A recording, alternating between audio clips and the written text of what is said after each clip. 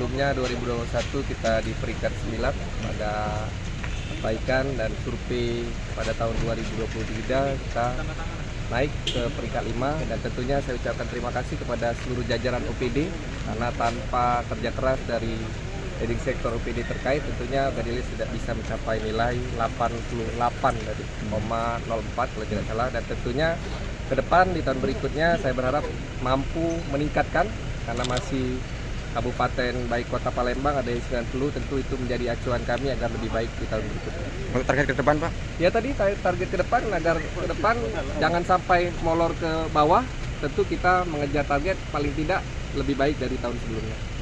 Ya.